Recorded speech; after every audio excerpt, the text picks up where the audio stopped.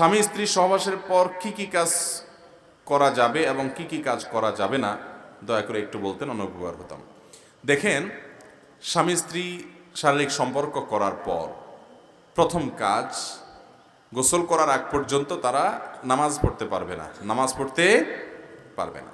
দ্বিতীয় কাজ, তারা কোরআন তেলাওয়াত করতে পারবে না, স্পর্শ তো করবে না, কোরআন পড়বেও না।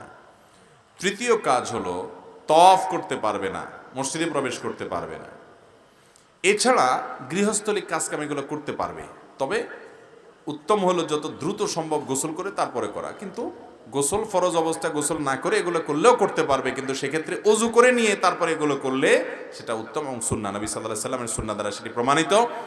এর বাইরে রোজার জন্য সাহরি খাওয়া যাবে, রোজা শুরু করতে পারবে। ধরুন রমজান মাসে আপনার গোসল ফরজ হয়েছে, আপনি এখনো গোসল করেন নাই, এদিকে সাহরির সময় হয়ে গেছে, আপনি সাহরি খেয়ে ফেলেন, অসুবিধা নেই, অপবিত্র অবস্থায় সাহরি খাওয়া জায়েজ আছে।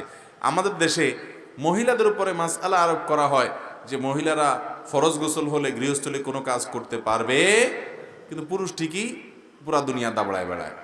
অথচ মাসআলা পুরুষ মহিলা সবার জন্য সমান, যে গোসল ফরজ হলে অন্যান্য কাজ করতে পারবে, কিন্তু পরবর্তী ওয়াক্তের নামাজের ওয়াক্ত হওয়ার আগে আগে বা নামাজের পড়ার আগে আগে অবশ্যই তাকে গোসল করে নামাজ পড়তে হবে। ওই পর্যন্ত সে চাইলে গৃহস্থলী কাজও করতে পারে, কিন্তু অজু করে নিয়ে করবে, যাতে করে ওইটা উত্তম হয়। যদি অজু না করেও করে তাতেও বড় গুনাহ হবে না, অজু করে করাটা উত্তম।